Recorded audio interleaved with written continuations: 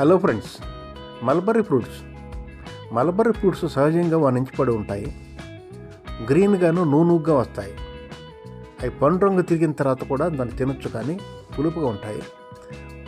ఇవి dark colour తిరిగిన తర్వాత, అంటే ముదురు రంగు లేకపోతే మెరూన్ రంగు కలర్ వరకు తిరిగేంత వరకు ఉంచినట్టయితే అప్పుడు తినడానికి చాలా రుచికరంగాను చాలా తీపిగా ఉంటాయి.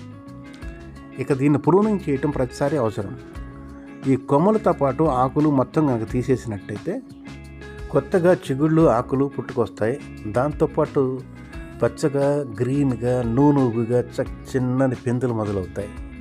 సహజంగా ఈ మొక్క 5-6 అడుగులు ఎత్తు పెరుగుతుంది, కానీ భూమిలో ఉన్నట్టయితే చాలా ఎత్తు వరకు పెరుగుతుంది. అంటే ఒక రకంగా చెప్పాలంటే 10-15 అడుగులు ఎత్తు వరకు కూడా పెరుగుతుంది. ఉదాహరణకి ఇది భూమిలో పెట్టిందే. దీని హైట్ని కంట్రోల్లో పెట్టుకోకుండా వదిలేయటం వల్ల టెర్రస్ హైట్ వరకు పెట్టింది. ఉదాహరణకి దీన్ని ఇంటి పైనుంచే వీడియో తీయటం జరుగుతుంది. చాలా చక్కగా కాయలు కాసింది. ఉదాహరణకి మీరే చూడండి ఎన్ని కాయలు కాసిందో.